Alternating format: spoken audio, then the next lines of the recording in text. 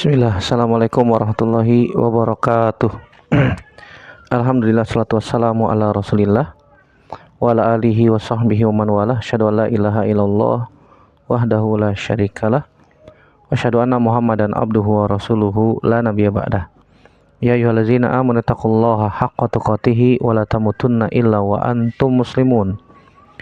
Amma ba'du, fa inna asdaqal hadithi kitabullah wa khairal hadi hadi Muhammadin sallallahu alaihi wasallam.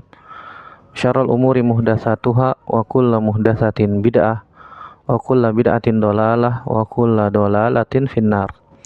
Al ikhwah janallahu wa iyyakum ajmain. Alhamdulillah, segala puji hanya milik Allah Subhanahu wa taala yang kembali mempertemukan kita dalam media ini untuk melanjutkan pelajaran kita dari Ad-Durus Al-Yaumiyah. Kita masuk sekarang pelajaran yang ke-290, yaitu Mulatafatul Yatim wal Banat wasair du'fati wal masakin wal munkasirin wal ihsan ilaihim. Ya, itu berlemah lembut, berkasih sayang kepada anak yatim, kepada anak-anak perempuan, dan seluruh orang-orang yang lemah, baik itu orang miskin ataupun orang-orang yang fakir, dan perintah untuk berbuat baik kepada mereka dan berkasih sayang kepada mereka. Ketahuilah saudaraku rahimanillah wa iyyakum ajmain,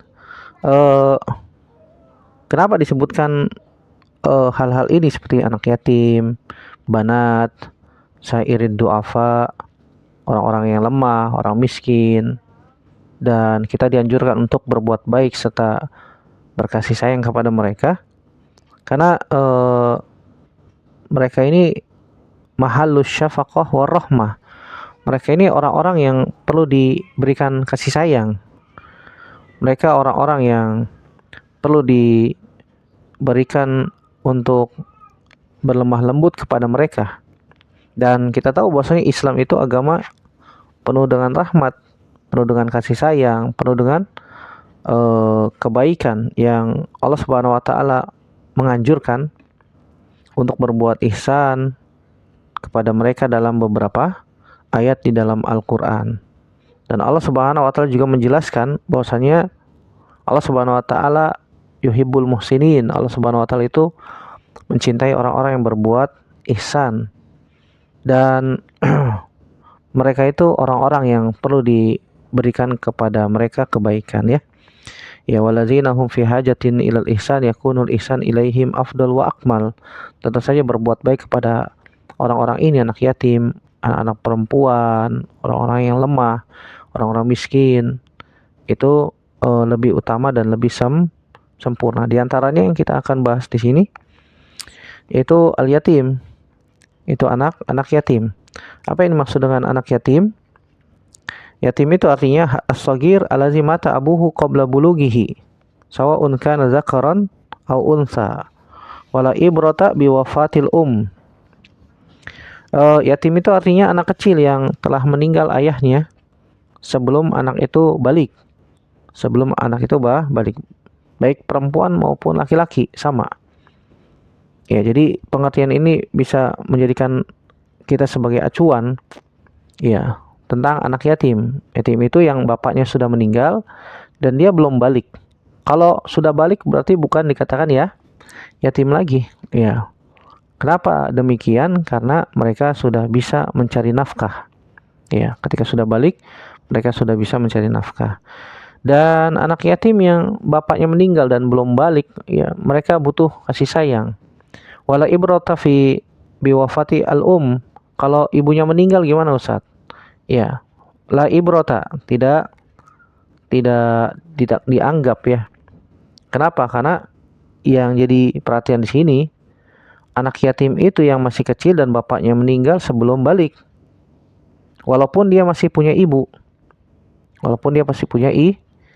Ibu, ya, tetap dikatakan ya yatim. Adapun yang ibunya meninggal dan bapaknya masih ada, maka bukan disebutnya yatim.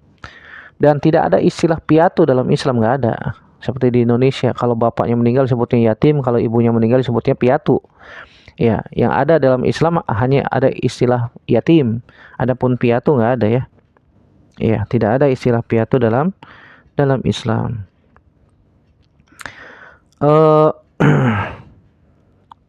disebut yatim karena dia sendirian, tidak ditemani oleh bapaknya, yang bapak merupakan orang yang mencari nafkah dalam keluarga, atau biasa disebut dengan tulang punggung keluarga.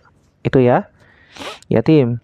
Adapun anak-anak perempuan, anak-anak perempuan eh dan wanita, mereka juga orang-orang yang butuh kasih sayang dan rahmat, karena mereka lemah akalnya, lemah tekadnya, segala halnya lemah. Beda sama laki-laki. Laki-laki itu jasadnya lebih kuat, badannya lebih kuat, akalnya lebih kuat, pikirannya lebih kuat, tekadnya lebih kuat. Biasanya begitu. Iya, aglabiahnya. Karena Allah Subhanahu wa taala mengatakan ar-rijalu qawwamuna 'alan nisa. Laki-laki itu pemimpin di atas kaum wanita. Bima faddalallahu ba'dahum 'ala ba'din, yang Allah Subhanahu wa taala berikan karunia kepada mereka. Begitu juga orang-orang yang lemah, orang-orang yang miskin, mereka butuh diberikan kasih sayang dan kelembutan, karena ya mereka eh bal kasarul qalb, hati mereka lemah, dan mereka itu gampang sekali di apa namanya, diajak gitu ya, diajak. Seperti Nabi SAW ketika di perang Hunain, ya Nabi SAW memberikan ghanimah yang banyak kepada orang-orang yang baru masuk Islam, sehingga hati mereka senang dengan Islam. Ini yang disebut dengan metode mu'allafah qulubuhum, yang hatinya masih cenderung kepada dunia, hatinya cenderung kepada harta, ya orang-orang fakir, orang miskin, lemah, sehingga ketika mereka diberikan harta, ya mereka akan ikut.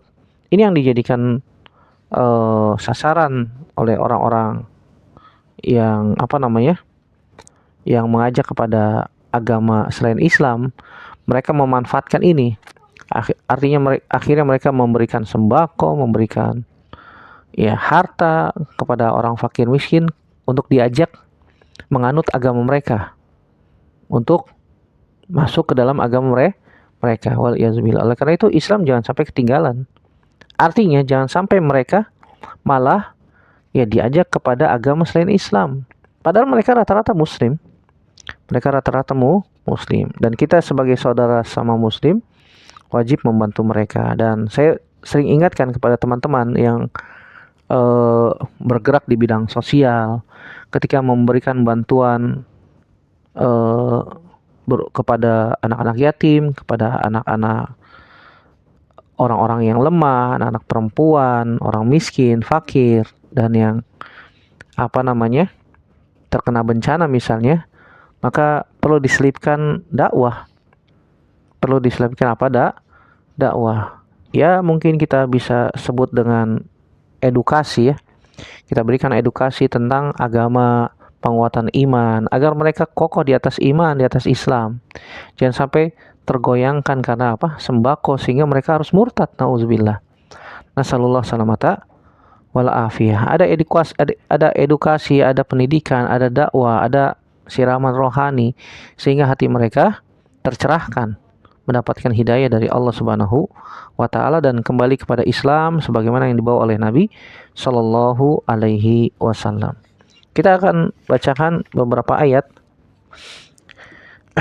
yang menunjukkan tentang hal ini ya. Yang pertama, secara umum dalam surat Al-Hijr ayat 88, Allah Subhanahu wa taala berfirman, "Waqfid janahaka lil mu'minin." Dan rendahkan sayapmu terhadap orang-orang yang beriman. Maksudnya merendahkan sayap itu sifat tawadu, merendahkan hati. Ya, rendah hati, tidak sombong kepada orang-orang yang beriman. Dan ini diperintahkan oleh Allah Subhanahu wa taala. Sebagaimana burung ketika terbang mengepakkan kedua sayap mereka, itu terbang tinggi di atas udara. Jangan sampai ketika kita diberikan oleh Allah Subhanahu wa taala kemampuan, harta yang banyak, seperti burung yang tinggi. Orang kalau sudah tinggi merasa merasa sombong. Ya, ketika tinggi merasa sombong. Oleh karena itu Allah perintahkan untuk waqfid janahaka lil mu'minin, merendahkan sayap. Merendahkan sayap maksudnya adalah tawadu, ya, sikap rendah hati kepada orang-orang yang beriman. Dari sini kita ambil faedah wajib setiap kaum muslimin, ya, merendahkan sayap mereka kepada orang-orang yang beriman yang lain. Sebagaimana Nabi SAW juga diperintahkan oleh Allah Subhanahu Wa Taala, dan perintah ini umum untuk Nabi SAW dan untuk kaum muslimin secara umum. Kemudian ayat yang lain yang Allah Subhanahu Wa Taala sebutkan dalam surat Ad-Duha ayat 9 sampai 10. Allah Subhanahu Wa Taala berfirman, fa ammal yatima fala taqhar wa ammas sa'ila fala tanhar. Di dalam surat Ad-Duha Allah Subhanahu wa taala berfirman, dan adapun kepada anak yatim maka janganlah engkau menghardiknya, janganlah engkau bersikap kasar kepada mereka. Wa masaila fala tanhar, dan kepada orang-orang yang meminta-minta jangan kasar, jangan arogan. Ya, di sini Allah Subhanahu wa taala perintahkan kepada Nabi Shallallahu Alaihi Wasallam untuk bersikap lemah lembut kepada anak-anak yatim, sebagaimana Nabi SAW juga dulu pernah yatim. Nabi SAW yatim sebelum lahir, subhanallah. Ketika masih di kandungan ibunya, ayahnya sudah wafat. Dan Allah Subhanahu wa sebutkan di dalam surat Ad-Duha dari ayat 1, alam yajidka yatiman fa'awa wa wajadaka dhallan fahada wajadaka ailan fa'agna. Bukankah engkau dulu juga anak yatim wahai Muhammad, kemudian Allah Subhanahu wa taala yang mengasuhmu. Nabi SAW yatim, diasuh oleh ibunya sebentar, kemudian diasuh oleh Halimah As-Sa'diyah, disusui dan tinggal di lingkungan Bani Sa'ad sampai usia sekitar 6 tahun, kemudian dikembalikan lagi kepada ibunya. Setelah itu ibunya wafat. Wafat di usia Nabi SAW ketika itu 6 tahun. Kemudian Nabi SAW diasuh oleh kakeknya sampai 8 tahun. Kemudian Nabi diasuh oleh pamannya setelah kakeknya meninggal. Diasuh oleh pamannya Abu Thalib. Allah Subhanahu wa taala yang mengasuh Nabi SAW. Kalau bukan Allah Subhanahu wa taala, ya mereka tidak akan mau, kan begitu. Karena Allah Subhanahu wa ta'ala. Wa wajadaka dhallan fahada, bukankah engkau dapati dulu kamu itu sesat, kemudian Allah yang memberikan hidayah. Nabi tinggal di lingkungan orang-orang Arab Quraisy yang mereka berada di fase zaman kejahilan, menyembah berhala, makan bangkai, minum khamar, zina, judi, dan seterusnya. Itu lingkungannya buruk sebenarnya. Tapi Allah Subhanahu wa taala yang memberikan hidayah kepada Nabi SAW untuk tidak melakukan itu semua. Kisahnya banyak. Nabi pernah diajak oleh teman-teman sebayanya untuk mengikuti walimah orang-orang Arab Quraisy. Ya, di dalam walimah itu ya minum khamar, ya, ada wanita-wanita ya tidak menutup aurat, nyanyian, musik, dan seterusnya. Akhirnya Nabi SAW ketika mengembala kambing diajak temannya, Muhammad, engkau pernah datang ke walimahan orang-orang Arab belum? Orang Quraisy. Kata Nabi SAW, belum pernah. Mau ikut nggak sama kami? Ayo ikut. Ketika datang, ternyata Allah Subhanahu wa taala tidurkan Nabi Muhammad SAW. Tidur pules, baru nyampe duduk tidur pules sampai pesta selesai. Pas pesta selesai Nabi bangun, loh kok saya tertidur. Iya. Kemudian di kesempatan yang lain Nabi SAW diajak lagi oleh temannya, gimana sih kamu Muhammad, pesta malah tidur, kan begitu. Akhirnya diajak lagi ke kesempatan yang kedua, sama kondisinya sama. Artinya Allah jaga Nabi SAW tidak mendengar musik, tidak mendengar maksiat, tidak melihat maksiat. Allah tidurkan. Dari awal datang duduk sampai pesta selesai tidur Nabi SAW, kan begitu. Kemudian di kesempatan ketiga kalinya Nabi diajak lagi, kata Nabi SAW, tidak, saya tidak mau ikut lagi. Kalau begini caranya sepertinya saya tidak bisa ya. Tidak bisa. Artinya Allah Subhanahu wa taala yang berikan petunjuk sehingga Nabi tidak melihat dan mendengar maksiat di pesta tersebut. Nabi tidak pernah minum khamar, Nabi tidak pernah dusta, Nabi tidak pernah menyembah berhala. Allah Subhanahu wa taala jaga. Wajadaka ailan fa'agna. Bukankah kamu dulu adalah seorang yang miskin, kemudian Allah yang memberikan kekayaan kepadamu. Di usia remaja Nabi SAW sudah bekerja menjadi pengembala kambing. Orang-orang Arab Quraisy mendapatkan upah. Kemudian Nabi juga berdagang. Ketika Nabi SAW sudah terkenal di kota Mekah, bisa menguasai kota Mekah, Nabi melakukan ekspansi untuk berdagang di negeri Syam. Ya, sampai terkenal Nabi Muhammad seorang yang jujur, seorang yang amanah. Sampai Khadijah kepincut, ya. Tahu kepincut, tertarik. Kisahnya masyhur. Sampai Khadijah minta agar Nabi Muhammad SAW meminang Khadijah. Sehingga Nabi SAW tinggal di rumahnya Khadijah di perumahan elit di kawasan Arab Quraisy waktu itu. Tetangganya Abu Jahal, Abu Lahab dan seterusnya, ya. Kemudian Allah Subhanahu wa taala yang memberikan kekayaan. Tadinya Nabi miskin, tinggal bersama pamannya Abu Thalib. Abu Thalib miskin, anaknya banyak. Ya, setelah menikah Nabi pindah ke rumahnya Khadijah. Bukan berarti Nabi ingin menikmati kekayaannya Khadijah, tidak. Jangan salah sangka, ya.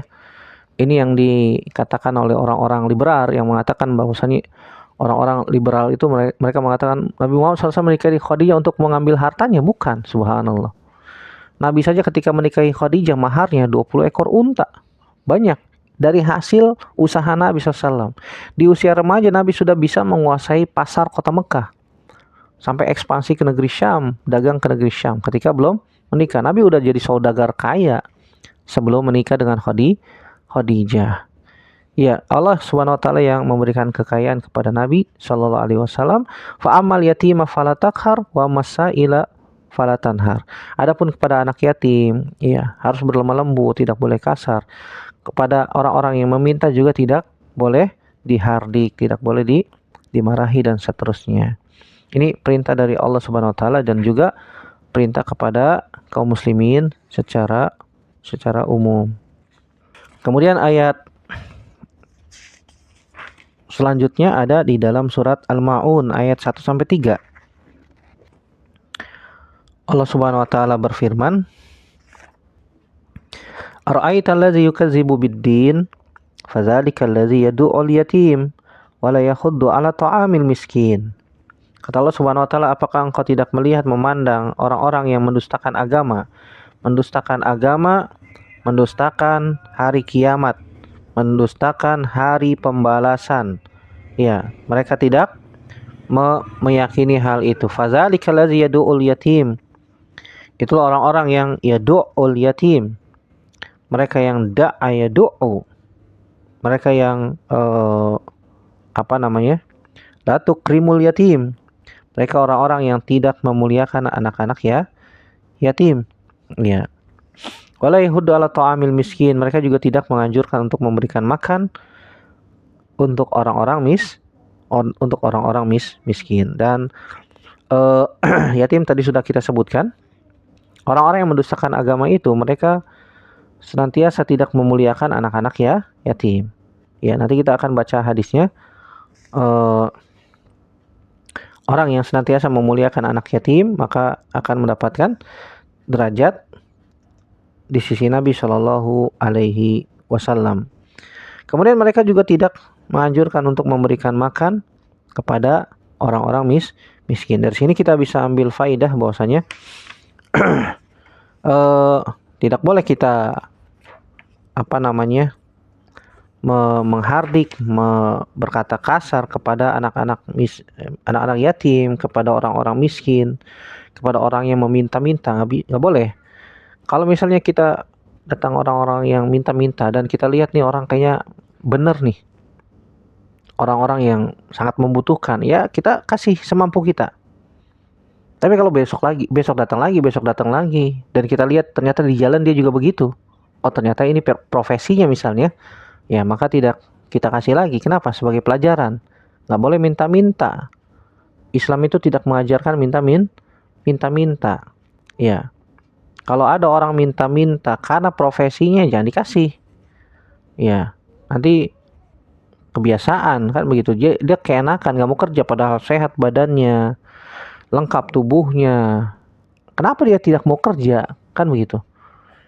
Karena mereka menikmati hasil minta-minta, nggak kerja tapi dapat hasil uang lumayan banyak. Sehari bisa dapat 300.000, 500.000. Kali sebulan bayangkan. Kalau sebulan dapat 300.000 kali 30 hari berapa? Udah 9 juta. Ya nggak kerja dapat 9 juta, cuma minta-minta. Subhanallah. Ya minimalnya dapat 100.000 sehari. Dia minta-minta keliling-keliling. Ya sebulan dapat 3 juta. Minimal. Kan begitu, subhanallah. Sehingga ya orang yang minta-minta akhirnya menjamur. Ada yang pakai cat perak lah. Ada yang pakai ondel-ondel. Ada yang pakai gendang. Ada yang pakai gitar. Ujung-ujungnya minta-minta lah. Padahal mereka mampu bekerja. Kalau mereka jualan sesuatu ya mungkin bisa. Tapi mereka malas. Ingin dapat hasil yang besar tanpa harus bekerja. Maka Nabi SAW mengancam mereka yang suka minta-minta itu dibangkitkan di hari kiamat wajahnya tanpa daging. Ya, nasallallahu salamata wal afiyah. Adapun orang yang emang benar-benar butuh, kita nih orang nih butuh, sangat butuh, dan dia miskin, tapi nggak minta-minta, subhanallah. Ini orang sebenarnya harus kita bantu, bantu. Jangan sampai dia minta-minta. Dia menjaga ifah dirinya, menjaga harga dirinya dengan tidak minta-minta. Dia mengetahui bahwasanya meminta-minta itu hukumnya haram. Haram. Ya, kalau ada orang minta-minta kita, walaupun dia itu profesi dia, ya kita tolak dengan cara halus. Ya, tolak dengan cara halus. Kalau misalnya kita ingatkan jangan sampai minta-minta, ya kalau mampu silakan. Kalau nggak mampu, ya paling di ngedumelin bahasa kita ya. Nggak dikasih tapi ngedumel dia, subhanallah.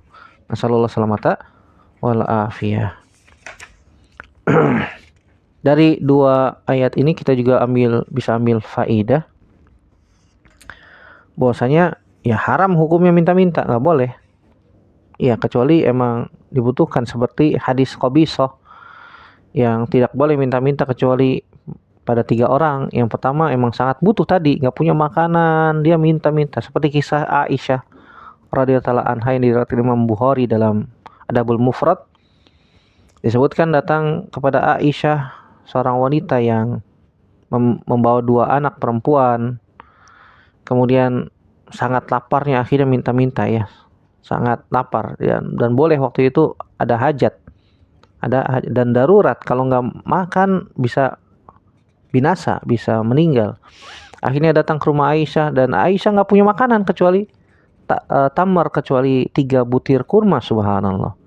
Akhirnya 3 butir kurma itu diberikan kepada ibu tadi. Satu anak dikasih masing-masing 1 butir kurma dan 1 untuk dirinya. Karena saking laparnya, anaknya makan dengan lahap. Habis. Sudah habis, lihat ke ibunya. Ibunya mau makan, ngelihat anaknya seperti seakan-akan masih minta itu ya.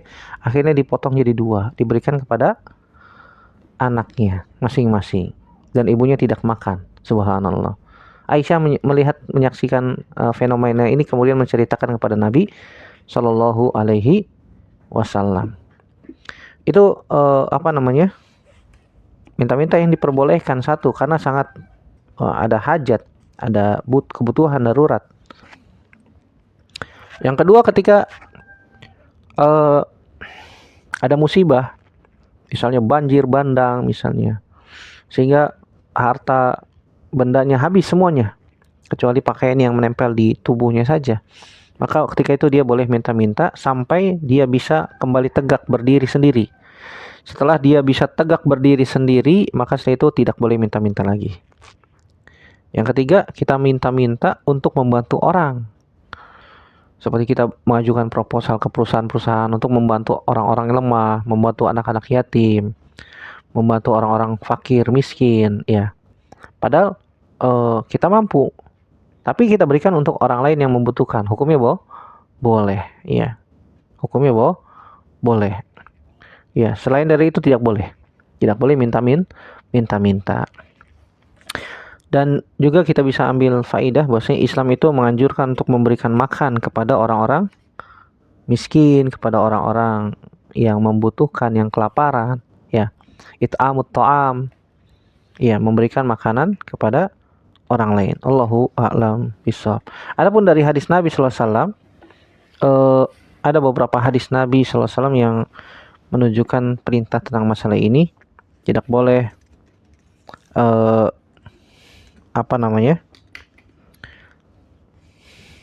mencela, menghardik orang-orang yang lemah, orang anak-anak yatim, dan orang-orang miskin serta janda-janda dan seterusnya. Kita akan baca 3 hadis. Yang pertama hadis Abu Hubairah A'idh bin Amr al-Muzani.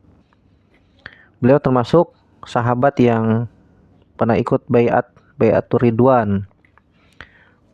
Beliau menyebutkan bahwasanya Abu Sufyan datang kepada Salman Al-Farisi, Suhaib bin Sinan Ar-Rumi, Bilal bin Rabah, fi nafarin faqalu. Kemudian tiga sahabat ini, Salman, Suhaib, dan Bilal mengatakan, ma'akhadzat suyufullahi min aduwillahi ma'akhadzaha. Sesungguhnya Allah tidak mengambil pedang-pedang dari musuh Allah Subhanahu wa ta'ala. Ya, karena Abu Sufyan dulu ya sangat memusuhi Islam. Ketika Fatu Makkah, Abu Sufyan baru masuk Islam. Kemudian Abu Bakar mengatakan, ataquluna hal li syaikhi Quraisyin wa sayyidihim. Apakah kalian mengatakan ini kepada pemimpin orang-orang Quraisy? Itu kepada Abu Sufyan maksudnya. Fata Nabi sallallahu alaihi wasallam fa akhbarahu. Kemudian Abu Bakar pun mengabarkan hal ini kepada Nabi sallallahu alaihi wasallam. Kemudian Nabi mengatakan kepada Abu Bakar, ya Abu Bakrin la'allaka aghdabtahum. Apakah engkau memarahi mereka? Salman, orang dari Persia, Salman Al-Farisi, ya dulu budak, diperjualbelikan sampai datang ke Madinah bertemu Nabi dan masuk Islam. Suhaib bin Sinan Ar-Rumi dari Romawi, juga sama budak. Bilal bin Rabah dari Ethiopia, budak juga. Iya, orang-orang lemah lah istilahnya. Apakah engkau memarahi, menghardik orang-orang lemah seperti mereka yang mereka teguh di atas keimanan mereka, wahai Abu Bakar? La in kunta aghdabtahum laqad aghdabta rabbaka. Kalau engkau memarahi mereka, sungguh engkau telah membuat Allah marah. Engkau telah membuat Allah marah. Akhirnya Abu Bakar mendatangi sahabat tadi, Salman, Suhaib Ar-Rumi, dan Bilal bin Rabah. Kemudian mengatakan Abu Bakar kepada mereka, ya ikhwatah aghdabtukum. Wahai saudara-saudaraku, apakah aku memarahi kalian? Ya, Salman, Suhaib, dan Bilal mengatakan, la yaghfirullahu laka ya ukhay. Tidak, semoga Allah mengampuni dosamu wahai saudaraku. Di sini riwayat Imam Muslim. Dari sini kita bisa ambil faidah, di antaranya istihbabu muharabati a'da'illahi harban nafsi litadmir ma'nawiyatihim. Bolehnya kita memerangi musuh-musuh Allah dengan peperangan sendiri, seperti apa tadi yang dilakukan oleh Salman, Suhaib, Bilal untuk mengingat masa lalu mereka. Mereka tuh dulu memusuhi Islam, membenci kita. Ya. Dan seterusnya. Seperti mind war lah. Perang dengan perkataan, dengan memberikan mind war. Apa mind war? Ya bahasa zaman sekarang lah, mind war, peperangan dengan tanpa fisik ya, tanpa fisik. Kalau zaman sekarang pakai internet, netizen menyerang dengan perkataan, komentar, semacam itu ya. Dan hukumnya boleh-boleh aja ya, untuk menghancurkan mental mereka ya, tidak ada masalah. Dan juga kita bisa ambil faedah dari hadis ini, talabu mahabbatil mu'minin wa talattuf ma'ahum. Ya, dianjurkan kita untuk mencintai orang yang beriman dan berlemah lembut kepada mereka. Mereka Bilal, Suhaib, Salman, orang-orang yang beriman, jelas-jelas beriman. Dan imannya tidak perlu diragukan lagi, kan begitu. Nggak boleh menghardik, memarahi mereka karena sebab-sebab yang kita tidak tahu hukumnya. Begitu juga hal yang bisa kita ambil faidah dari hadis ini, adzal salihin muharabatun lillah. Menyakiti orang soleh itu sama saja ngajak perang sama Allah Subhanallah. Nggak boleh menyakiti orang-orang soleh. nggak boleh menyakiti hati mereka, nggak boleh menyakiti perasaan mereka. Kalau kita menyakiti orang-orang soleh, sama saja ngajak perang dengan Allah Subhanahu wa taala. Sebagaimana dalam hadis wali Allah Subhanahu wa taala. Iya. Maka hati-hati, tidak boleh kita menyakiti, merusak harga diri, menurunkan martabat mereka sebagai seorang ahli ilmu misalnya. Tidak boleh. Kalau kita mengganggu, menyakiti mereka, ya sama saja kita ngajak perang dengan Allah Subhanahu wa taala. Dan perang dengan Allah tidak ada persentase kemenangannya, nggak ada, pasti kalah ya. Allah Subhanahu wa taala Maha mampu atas segala sesuatu. Dan juga dari sini kita bisa ambil faidah hirs sahabat ala adami igdabillah. Semangatnya para sahabat untuk tidak membuat Allah Subhanahu wa taala marah. Sehingga mereka pun segera menyesal dan kembali kepada kebenaran sebagaimana yang dilakukan oleh Abu Bakar As-Siddiq radhiyallahu taala anhu. Hadis yang kedua yang bisa kita baca di sini hadis Sahal bin Sa'ad dan juga hadis Abu Hurairah. Kata Sahal bin Sa'ad radhiyallahu taala anhu, Nabi sallallahu alaihi wasallam bersabda, "Ana wa kafil yatim fil jannah hakadza." Wa syara bis sababah wal wusta wa farraja bainahuma, rahul Bukhari. Dari Sahal bin Sa'ad, Nabi SAW bersabda, aku dan orang yang menanggung anak yatim itu di surga seperti ini. Nabi mengisyaratkan jari tunjuk dan jari tengah, kemudian farraja bainahuma, di agak direnggangkan dikit seperti ini. Artinya sangat dekat nih. Ya, di surga lagi. Otomatis orang yang berada di sisi Nabi SAW itu akan mendapatkan fasilitas yang sama seperti Nabi di surga. Subhanallah. Ini targhib. Dari sini kita bisa ambil faedah targhib, anjuran untuk ya memelihara anak yatim, menjaga harta mereka. Kalau mereka anak yatim dan punya warisan banyak, wajib mengelola harta mereka. Apalagi mereka belum balik. Kalau harta warisnya dikasih semua kepada mereka, habis langsung. Makanya ada orang yang perlu mengelola dan amanah. Nggak boleh sembarangan dalam mengelola anak yatim dan harta mereka. Kalau dikelola secara zalim, tanpa hak, maka ancamannya bisa fatal ya. Masuk ke dalam neraka Allah Subhanahu wa taala. Begitu juga hadis Abu Hurairah, beliau mengatakan, Nabi SAW bersabda, kafil yatim lahu aw li ghairihi ana wa huwa kahataini fil jannah. Wa syarra rawi wa huwa Malik bin Anas bis sababah wal wusta. Rawahu Muslim. Dari sahabat Abu Hurairah, beliau mengatakan Nabi SAW bersabda, orang yang menanggung anak yatim itu lahu aw li ghairihi, untuknya atau untuk selainnya, ana wa huwa kahataini fil jannah, aku dan dia seperti dua hal ini di surga. Ya, perawi hadis ini itu Imam Malik bin Anas mengisyaratkan dengan jari telunjuk dan jari tengah, riwayat Imam Muslim. Ya, dari sini kita bisa ambil faidah, yaitu tausi mafhum al-yatim hatta yashmul al-qarib wal ajnabi, yaitu pemahaman yatim itu mencakup juga kerabat kita. Misalnya kita punya keponakan nih, ya bapaknya meninggal atau saudara kandung kita meninggal, bapaknya tuh, otomatis itu keponakan kita jadi yatim. Ya, otomatis keponakan kita itu jadi yatim. Maka kita boleh untuk merawatnya, mendidiknya, dan seterusnya. Itu hukumnya sama.